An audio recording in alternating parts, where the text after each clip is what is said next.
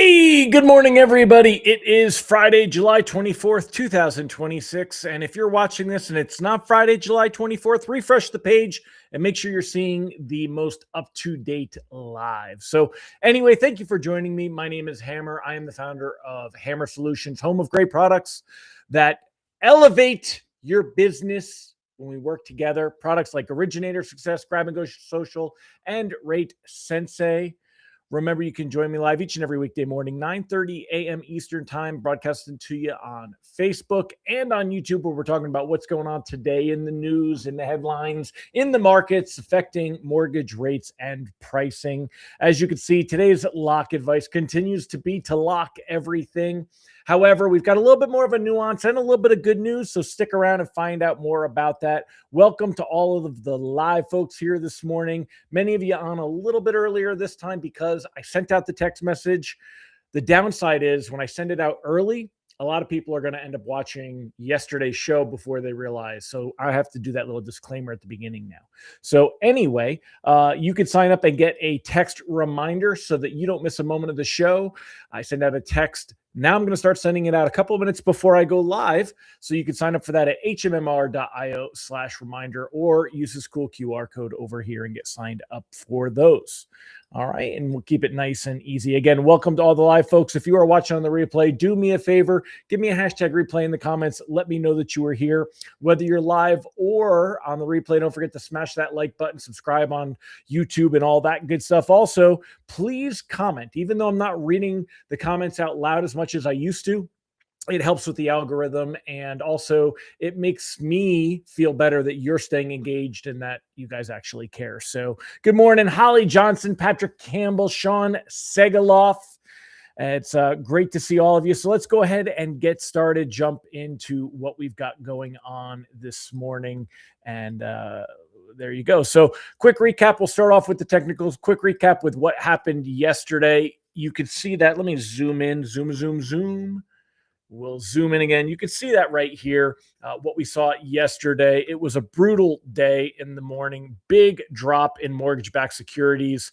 They went down on the day. This is a line chart. When you see a big drop like that, that's why you saw morning rate sheets that were definitely the worst we'd seen in quite a while, actually since probably July of last year. However, you can see that things settled down through the day. It was a pretty quiet day. Looking at the 2-day version of this chart, everything in front of this morning is to the left of that yellow line here. It was, the normal chatter, but really overall, just not much of a movement, pretty flat. Things ended the day calm. There was no lender reprices on the day. This morning, you can see that mortgage-backed securities are up a little bit. You can see that in overnight trading here. They kind of moved up a little bit. I would attribute that to oil prices. Yesterday, this Brent crude was over $100 a barrel. It's kind of eased back a couple of bucks, $98 a barrel. That is helping mortgage-backed securities to improve this morning. But don't get too excited. This is really not something that is likely to hold up for very long. So rate sheets today should be a little bit better. You can see that bonds started the day with some improvement, kind of came up a little bit higher, did lose a little bit of ground right now, as we're kind of the last 10 or 15 minutes, lost a little bit of ground and continuing to lose ground. So that's something I think could continue to happen. We're definitely going to want to keep an eye on. Reprice risk on the day is moderate. I think we've got to be in a position that we are ready to see bonds go ahead and get worse as the day goes on. It's very possible, especially if oil prices start to move higher. We could definitely see, let me push this up a little bit more. Oh, come on. There we go. All right. So yeah, we could definitely see those gains could very likely disappear today. So don't get too excited. This is not a reversal. And if anything does go to drive oil prices up, we're going to see that happen. You can see the 10-year treasury yield, by the way, it capped out yesterday around 4.7 something, but ended the day at 4.69. This is the first improvement we've seen since last week. A lot of yield going up. Remember, for the 10-year, it's the opposite of mortgage-backed securities. So we see that go up. When we look at let me make this a little smaller so it fits a little better. There you go. So when we look at mortgage-backed securities, they have not been in the green. We've not seen improvement since last week, and this is the first day where we've seen a little bit of improvement. Again, it gets you excited, but don't get too excited because it's not going to continue, and it's not a reversal. So keep that in mind. As far as the outlook goes on where we stand on everything, a rate sheet pricing, it's going to be a little bit better, like I said, than what we're seeing yesterday, 6.85. We're at 6 7/8. Next week, though, we will be in the sevens. It's very, very likely. We've got the Fed meeting coming next week. Markets pricing in one of the biggest likelihoods this close to a meeting that we've seen in months that we'll see a Fed rate hike. I don't think that we're going to see a Fed rate hike next week. I don't think Warsh will allow it. He can't stop it, but I don't think he'll allow it. I think he'll really push back. However, markets are pricing in a very good chance, 1 in 3 chances that we see a Fed rate hike next week. And that by September, they're pricing in about an 80% chance that we'll see a minimum of 1 rate hike or a 0.5 point rate hike or a second rate hike. So that the Fed funds rate will be much higher in September is what markets are betting, but there's still a 20% expectation. Next week, depending on what happens with that Fed meeting and what Kevin Warsh says and what he tries to not give forward guidance, markets are going to be left on their own to really decide and speculate what they think is going to happen. If we see expectation disappear that rates will hold steady going into September, if we see markets go all in on the idea that we're going to see a rate hike, that will absolutely push mortgage rates into the sevens next week. So right now, just below the cusp. Many loans that you're pricing probably already in the sevens, but as far as Mortgage News Daily as a reference point and using this as a base rate before any LLPAs, we're still below 7 in the high sixes. Remember that in February, it was the beautiful, wonderful, sexy days here. We were, right over here. We were below, just working our way to be below 6. We were 5-point stuff. And we've seen rates push much, much higher, and they're likely to go higher as well and continue to move higher. Highs we haven't seen since last July. If we push this back, that was when we were last up in the sevens, was May. In July, did we even get into the sevens? No, we were kind of where we're at now, 6.85 July 15th, and we're at 6.85 is what we saw yesterday. So, but we were not in the sevens since May of last year. And I think, though, that we absolutely are going to be back in that range as we head into next week and definitely over the next couple of weeks. Now, what about the second half of August?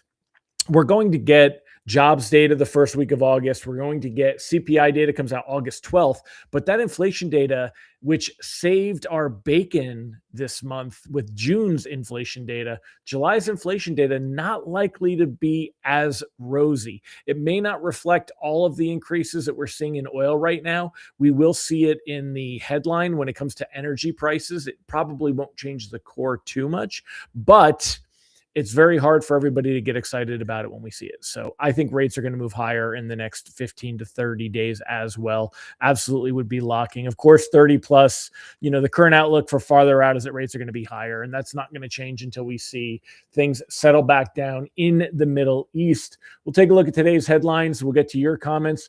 Randy wants to know what was driving rates the last time we were this high. It was, are you talking about back in 25? That's a great question.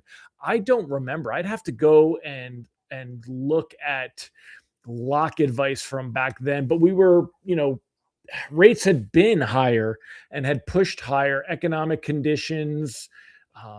It was before Fed rate cuts. When did the Fed start cutting the Fed funds rate? We'd have to look at that. That was where things were. But we had seen, look at this since May of last year when they did hit that high.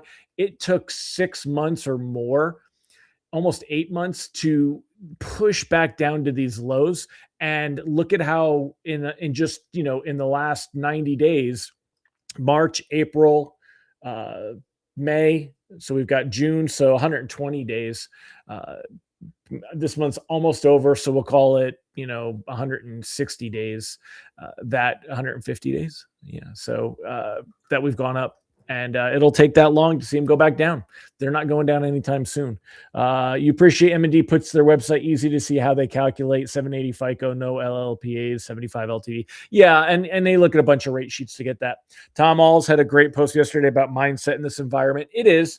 You can't get too wrapped up on rate. However, I will absolutely say that you need to be good at selling rate. You need to be good at talking about rates. And when you get into the sevens, absolutely. When you go below 6 or above 6, for a consumer, it's going to make a big difference in how they view things. It feels better or it feels worse. That's why 5.99 is a thing. And that's why we'd rather be at 6.99 than 7, because when we cross that threshold for 7, it's going to hurt. But if it were me, yes, rates will fall again. We will. The natural neutral would be in the low 6s right now if we weren't having, higher energy prices, higher inflation concerns, all of that. And I would be closing loans, and people are buying houses. I would be closing loans with the idea that we will be there to refinance you. I know that nobody likes marry the house, date the rate, but it's a true thing. I think it's still there. So bring back February. Yeah, Michael Garcia, we definitely need to start a battle cry for that one. It would be nice to have that for sure. So let me know if anyone else has any questions. Also, it's Friday. What are you guys doing this weekend? I am going to be focusing on banging out a lot of honey-do list items. I need to put a new clutch. I got a new motorcycle a couple of months ago, but I've got a new clutch kit to put in it to make the clutch a little bit easier. I don't know why they don't do that from the factory with Harley, but every bike that I've had for the last 20 years, I always put in a kit to ease the clutch, so you don't get quite as tired in traffic. Makes it easier for slow speed maneuvers, things like that. Maybe I'll get that in this weekend. We have just had rain here in the Smoky Mountains, more rain this morning. So hopefully it'll dry out a little bit because it's kind of smelly. I'm looking over here. I'm looking out the window. It's kind of smelly. So I'll take you guys for a walk here and show you. We got George in the window. Hi, George.